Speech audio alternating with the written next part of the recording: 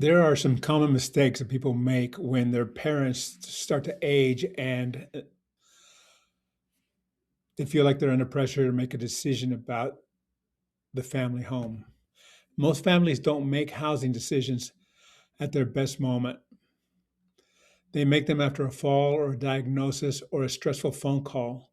That pressure leads to very predictable mistakes. And that's what we're going to slow down and talk through right now.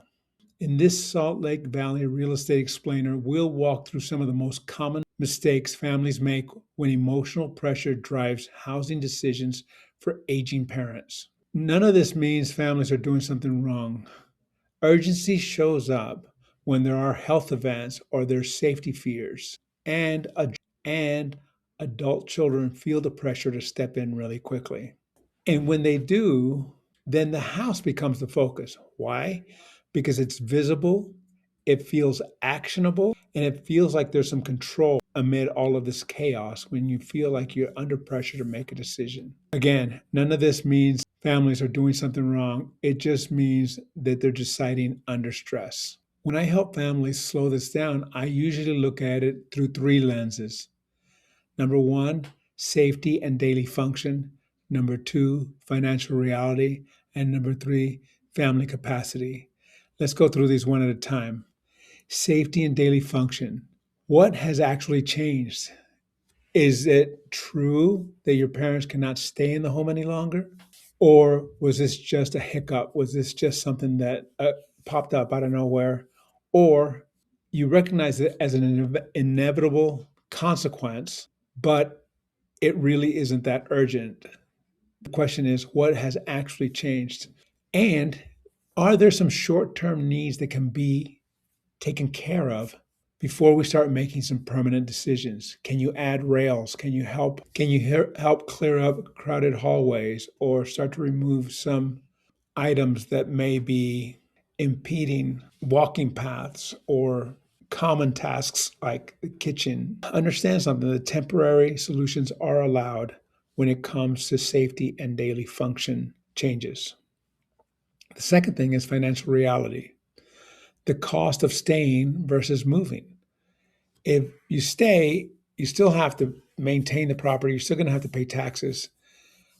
And if you decide to move, you're going to have to pay to get the home sold, and you're going to have to find something else that's going to meet the new needs of your aging parents. The other thing to consider when we're talking about the financial reality is the clarity around the equity in the property.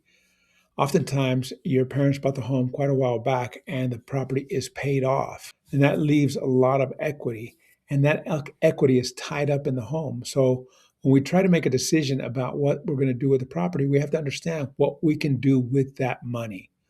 Okay. Certainly, there's no payments, but there's still maintenance and there's still taxes. Or if you sell it, will that help your parents move into a better situation that more supports them in their at this time of their life? The third lens is family capacity. Who is really available?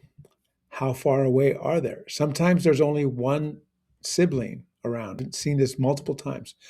And the other two siblings or more are have moved away, and they're directing the one sibling on how to take care of their parents.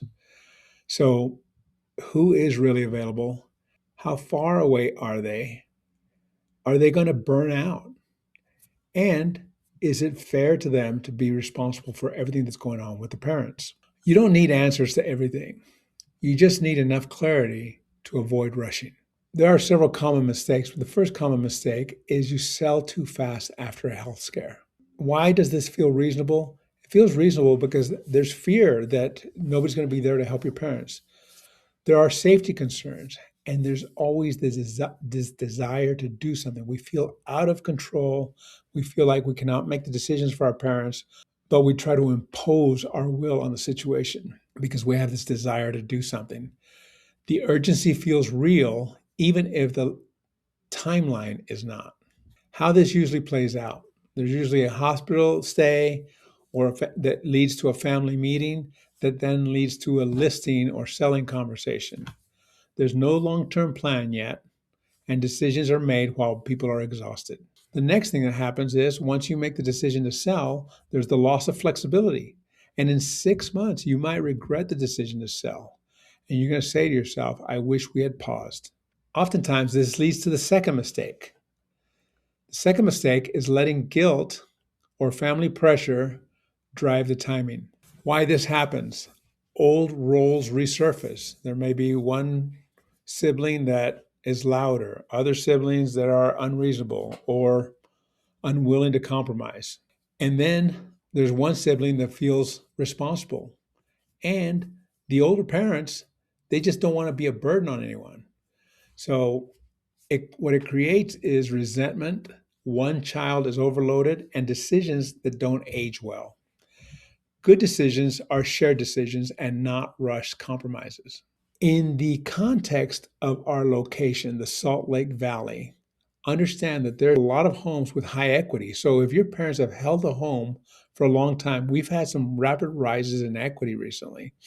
And so your parents' home might be worth a lot of money and the property's already paid off.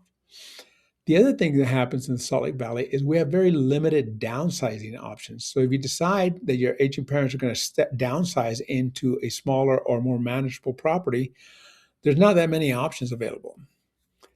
And if we rush the decision, it's going to be a lot harder to undo this here.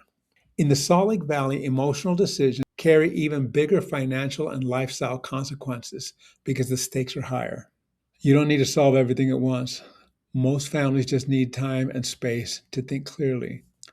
If you want help slowing this down, I'm happy to talk.